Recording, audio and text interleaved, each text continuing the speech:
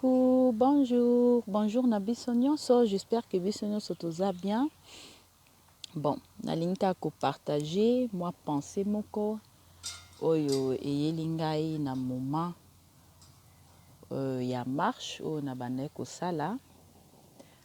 Na se poser question ya koyeba naza nani. Pona nini na poser question ya koyeba naza nani? Na mokili oyo toyaka okoti na mokili obotami na ba deux parents wana ba décider kombo oyo bakopesa yo yo moko kutu te ya bango ba décider le yo kombo oyo bakopesa yo obotami peut-être na nation moko oyo pe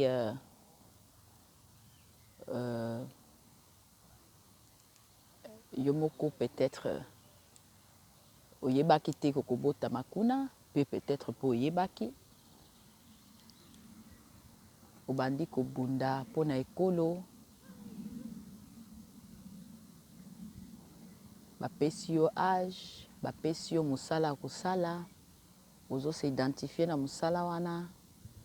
oboti bana obali ozo vivre vie moko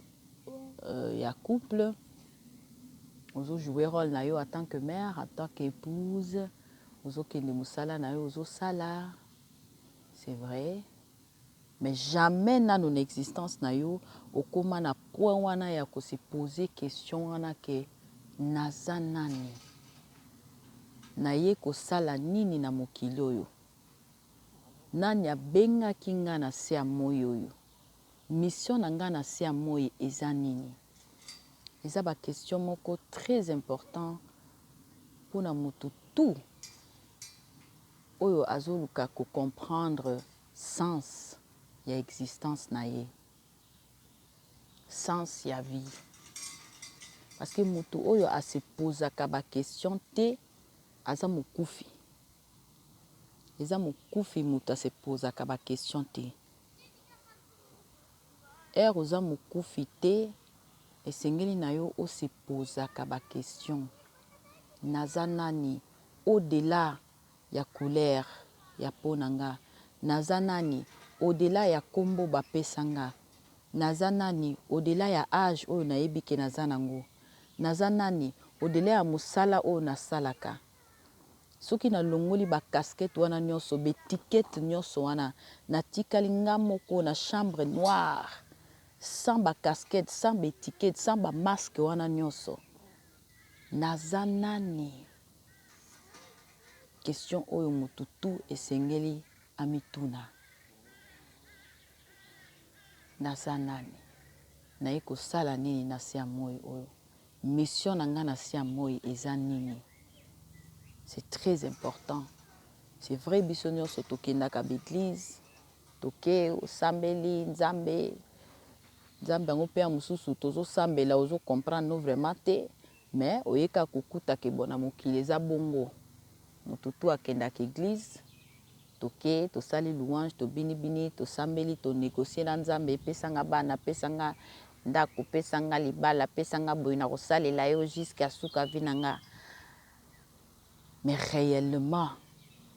koexpérimenter nzambe wana na kati ya vie na biso na kati ya âme na kati esprit na biso est-ce que déjà toexpérimenta ye nazolobela te baémotion hein?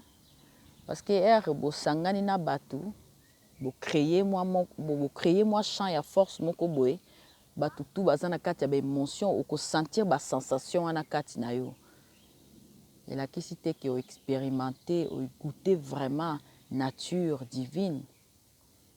donc question na biso ezali naza nani naye kosala nini na mokili oyo mission na nga eza nini but na objectif oyo nzambe apermettra ke na apparaître na dimension oyo eza nini j'espère que tokozwa temps ya koméditer sur question yango mpona kopermettre biso ya kose découvrir ya komiyeba parce que moto oyo amiyebi te akoyeba pe te bisika azokende ndenge baloba moto ayebi bisiko awuti te akoyeba pe te bisiko azokende. Donc il faut komiyeba